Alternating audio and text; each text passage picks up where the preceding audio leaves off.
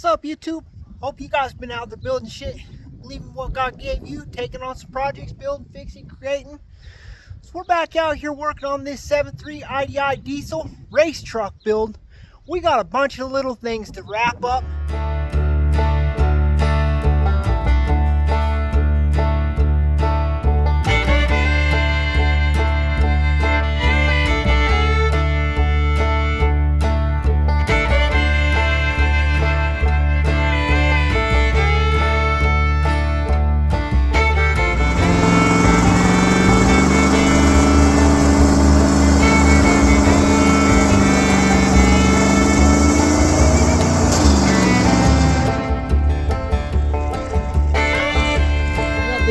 Bottom of a 55-gallon drum to cover my battery, so I took the battery carrying straps off and set this in there.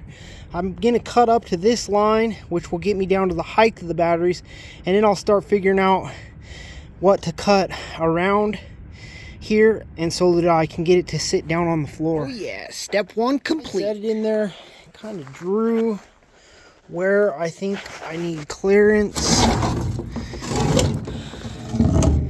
So I'm gonna get this cut out. I'm definitely not upset by it. I need to drill a hole up here to help hold it down by my battery hold down. Just throw another washer and nut on there. But overall, I'm liking it. I used a hammer and whacked it, and so the bolt made an indentation there. I'm going to go ahead and drill a hole. Had I planned this out a little better, I probably would have left a tab out this way before I cut all this, but I didn't. And so luckily I've got the technology to make myself a little hold down. Now I've got a nice battery cover there. Don't have to worry about battery acid coming splashing up or something if get into an accident, roll, anything like that. One of the next things I did is tape up these wires, throw some zip ties on them, just get them a little bit cleaned up. You guys remember this center console I built? It's been loose in here the whole time that I was doing wiring and finishing up other stuff. Now I just went ahead and screwed it all down because I know my wiring's finalized. Oh, poof!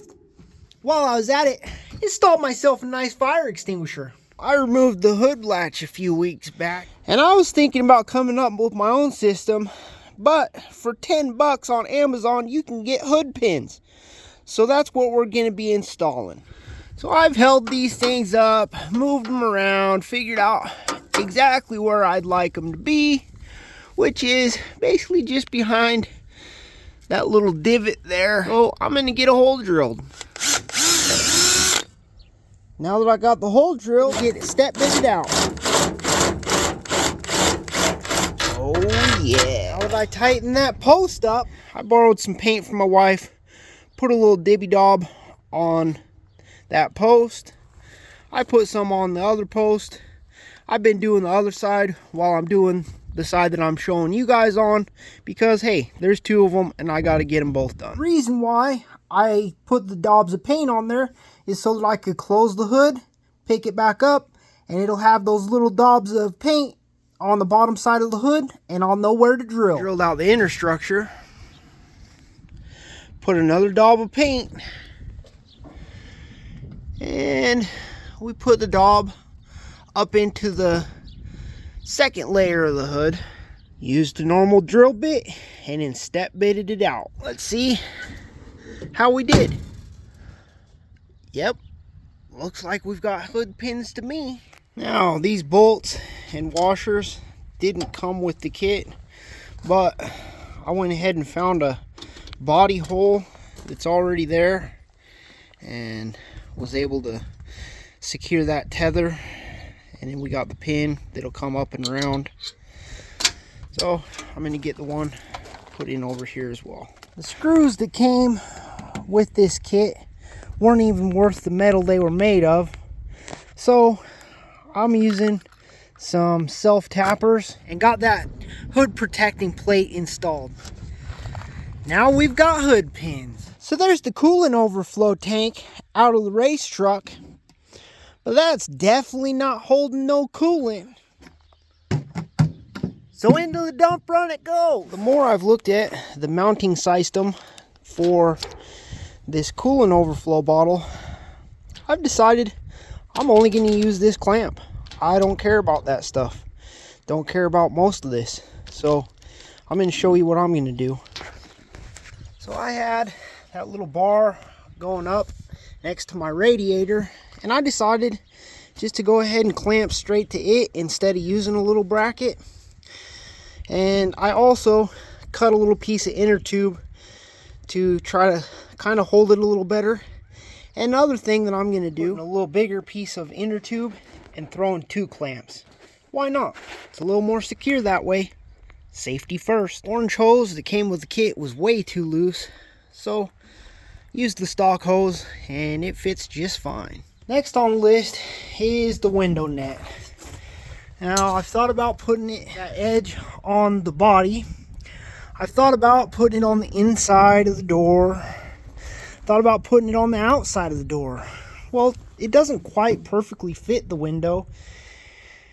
And so this is what I've come up with. I've got this rod that's able to slide through the bottom and through the top. Now I'm drilling holes to fit that rod into the door at the front and the back. Now I'm going to slide that into that hole through the top of the net and in through the front. So got that pushed through the holes that I made. Had to do a bit of clearancing up in here on the inside to get it to go. But now I'm going to shut the door, get it right up there by the front, and then we'll look at where it's got to go to here in the back and mark it with a Sharpie and get it cut off. Once I had that rod through there, I threw some little tack welds on, a little coat of paint. That window net is mounted up and looking good. So here's the muffler and the exhaust pipe to the little tail tip off the race truck. I've cut it right there. My plan is just to have it turned out, pointed to the side, but that's a little loose. So I'm thinking we need to cut it again closer down here where it tapers in, and maybe this will be a little tighter. There's another little piece. We'll try it now. So that joint slid on nice and tight. Gonna have to do a little bit of welding, but there we've got a nice straight pipe. Should be extremely loud, pointed right at the stands.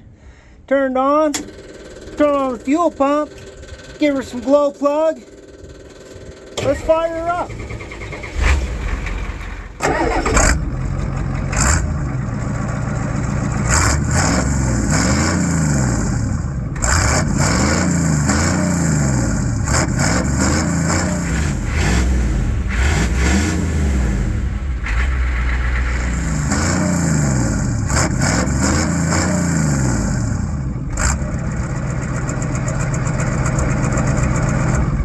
Definitely far from my prettiest welds ever, but for crammed underneath this truck, not having enough light to see what I'm doing, I ain't gonna complain.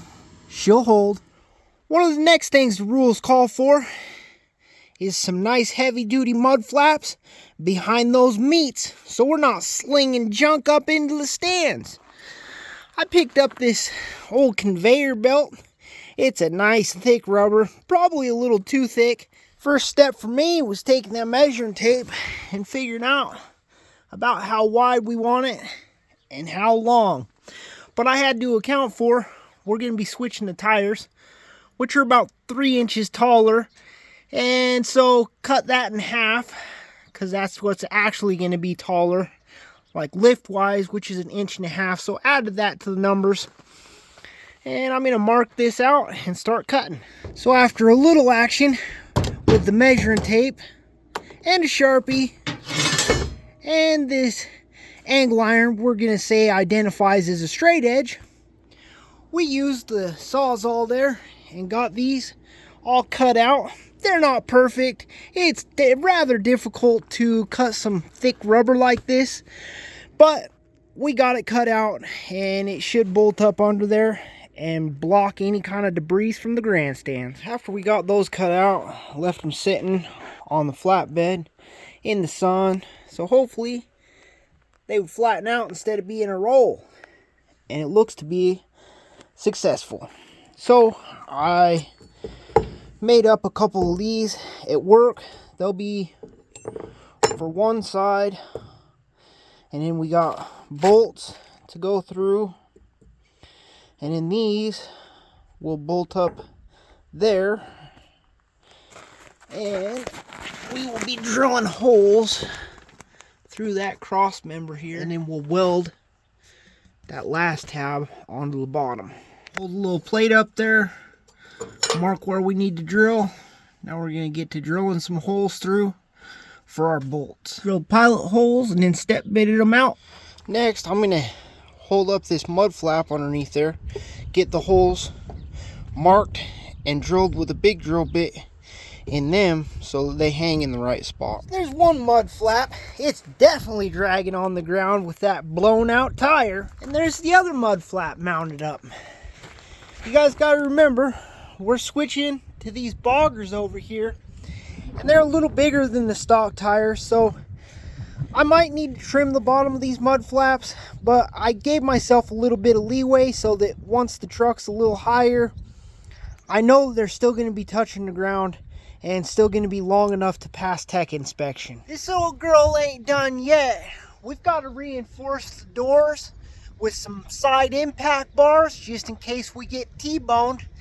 I ain't getting hurt. I figured I'd leave that till last though, because I wanted the door to open and close while I was doing all the interior stuff, like mounting this seat, which is going to be a video next week. Also going to be taking this headache rack we cut off, turning it into some sort of grill guard.